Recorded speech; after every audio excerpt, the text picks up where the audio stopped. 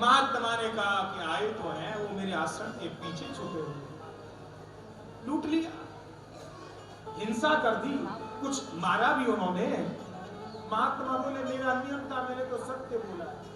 लेकिन शास्त्र क्या कहता है? सत्यम ब्रूयात प्रियम ब्रूयात न ब्रूयात सत्यम प्रियम।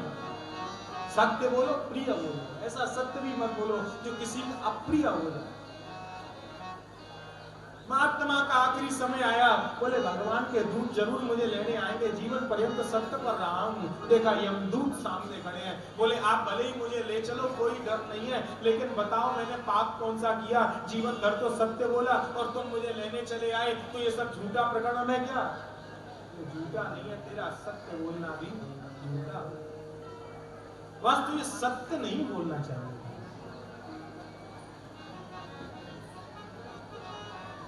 तो सत्य का आचरण करने वाला सदैव प्रसन्न रहता है। देव ऋषि नारद कौन है? सत्य का आचरण करने वाला। लेकिन जब देव ऋषि नारद को उन्होंने दुखी देखा तो उन्होंने पूछा आपके दुख का कारण क्या है? देव ऋषि नारद बताने लगे तो बोले कोई बात नहीं, आप श्रीमद् भागवत की कथा सुनो। भागवत की कथा? महाराज भागवत की कथा तो क्या, मैंने वेद सुना दिए उनको, वेदांत तो सुना दिया, गीता सुना दी, अब कौन सी कथा बाकी है जो मैं उनको सुन के सुनाऊं? बोले भागवत की कैसी कथा है? निगम कल्प तरोर गलितम फलम सुख मुखा दम्रतम द्रव्य संयुतम पिबत भागवतम रसमालयम मुहुरहो रसिका भूमि भागवत। कहां कथा सुनाओगे? कोई घाट का वर्णन नहीं किया। क्या बताया? गंगा द्वार समेत गंगा के घाट पर, गंगा के तटनानंद नामकम, आनंद नाम का तट है। और आनंद नाम का जो तट है, आनंद यदि मन में बसा हुआ है तो ही कथा समझ में आती है। मन में कहीं घूम रहे हैं तो कथा नहीं, इसलिए आनंदित होकर कथा सुननी चाहिए। इसलिए श्रीमद् भागवत की कथा को उत्सव बताया। गंगा के द्वार पर वहां श्रीमद् भागवत की कथा सनकादिक होने लगी।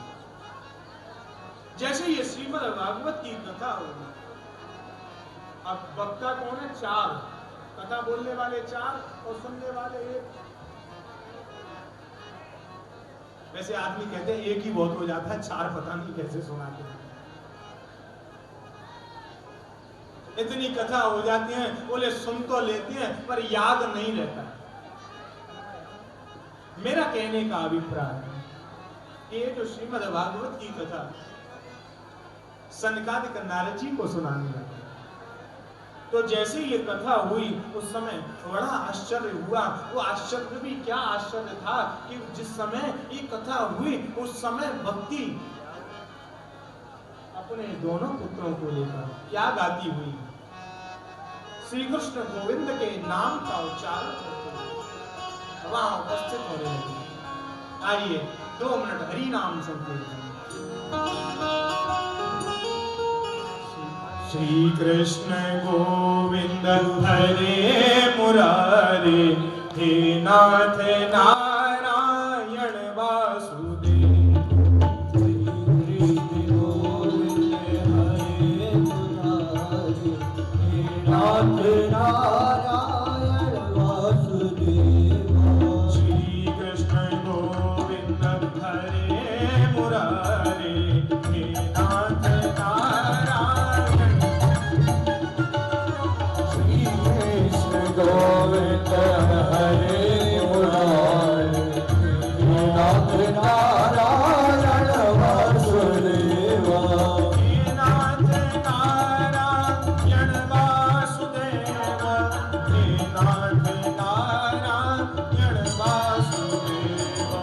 हे नाथ नारायण वासुदेव, हे नाथ नारायण वासुदेव। श्री कृष्ण गोविंद हरे मुरारे, हे नाथ नारायण वासुदेव। कृष्ण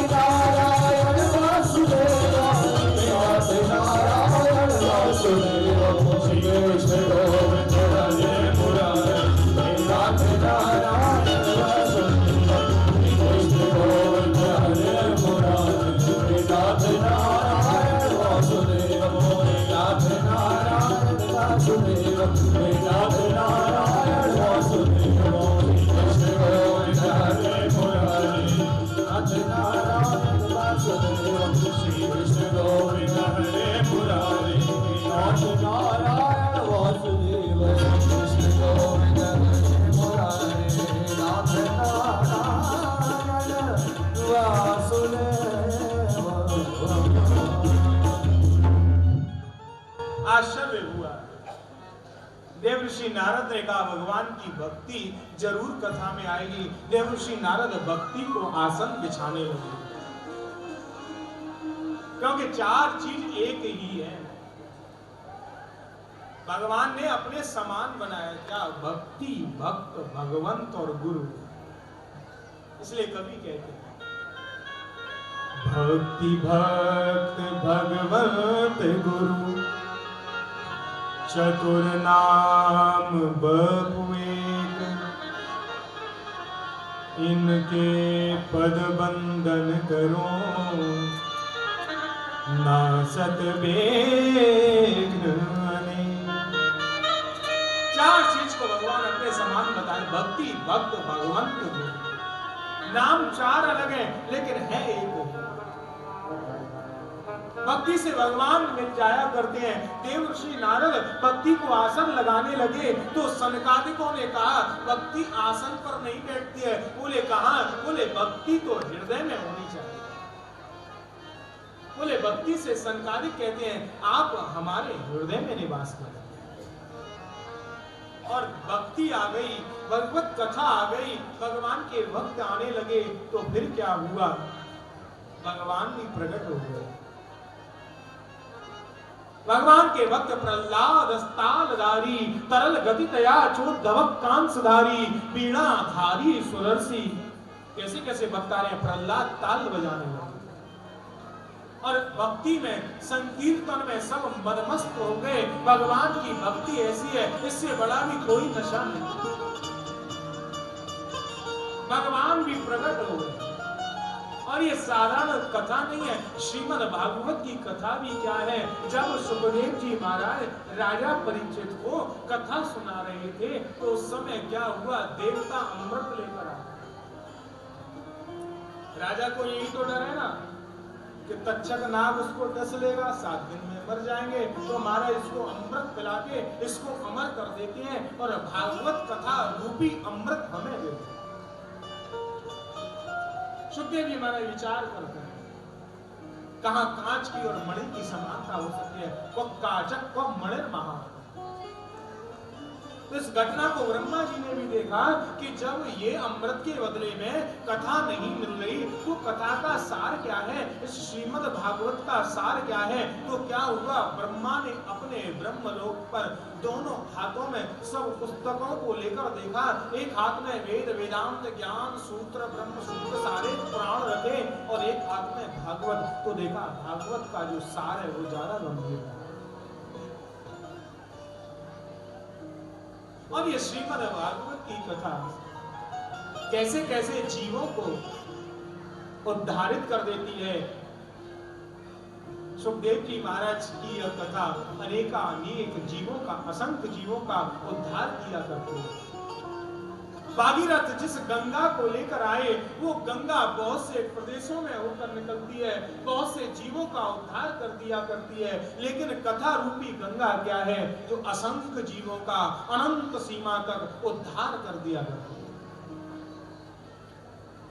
बोले इसी विषय में एक दृष्टांत पद्म पुराण के अनुसार सूत जी महाराज सोनक ऋषियों को बताते हैं। तुंगभद्रा नदी के तट पर एक बहुत सीधा ब्राह्मण रहता था। वो ब्राह्मण क्या था? बड़ा ज्ञानी था और बहुत धनवान था,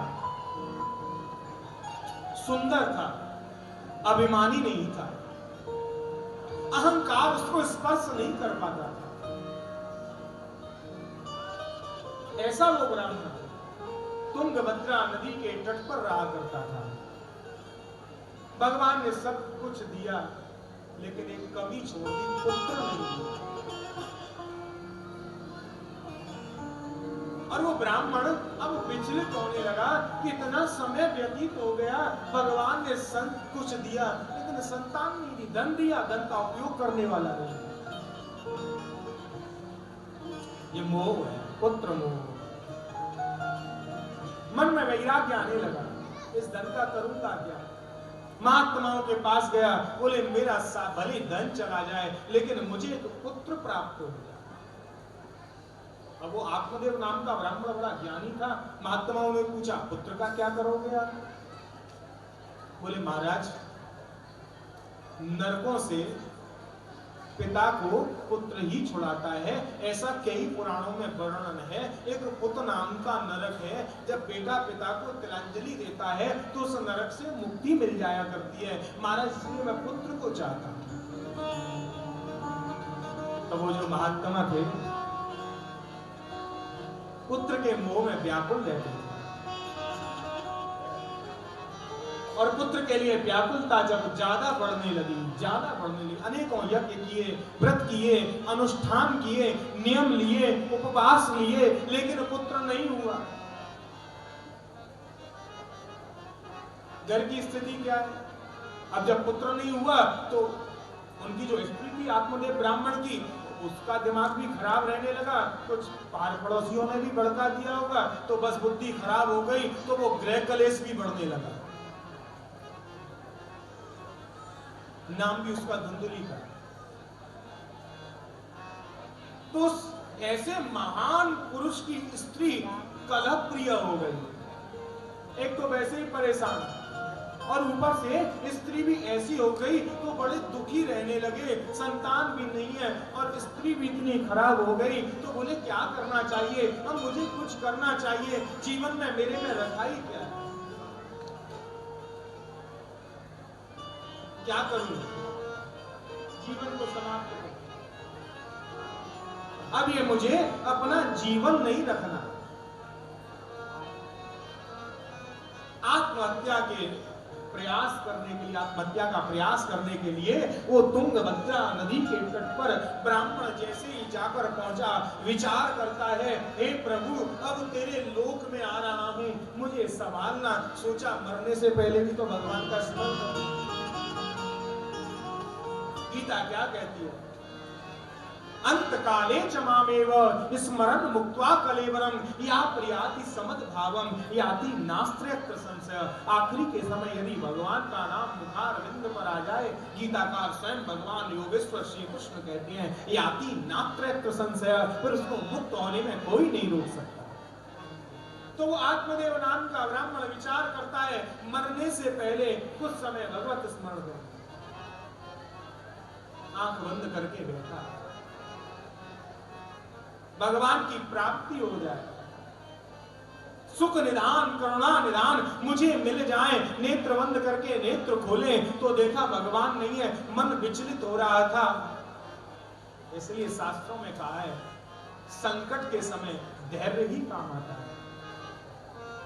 आपत के समय तुलसीदास जी औरों को भी बताते, धीरज धर्म मित्र अरुणारी आपत काल परखिए चारी। इन चारों की भी कब परीक्षा होती है? जब आपत्ति आती है। धीरज, आप कितने धैर्यशाली हैं, कितना धैर्य है, कितना पेशेंस है आप में, वो संकट के समय पता चल सकता है। नेत्र खोले तो उसने देखा भगवान भी मुझे पसंद नहीं करते, अब मुझे मर जाना ही मेरा अच्छा। दुखी होकर आत्महत्या का प्रयास करने के लिए जैसे ही नदी में कूदना चाहा, सामने से एक महात्मा को देखा।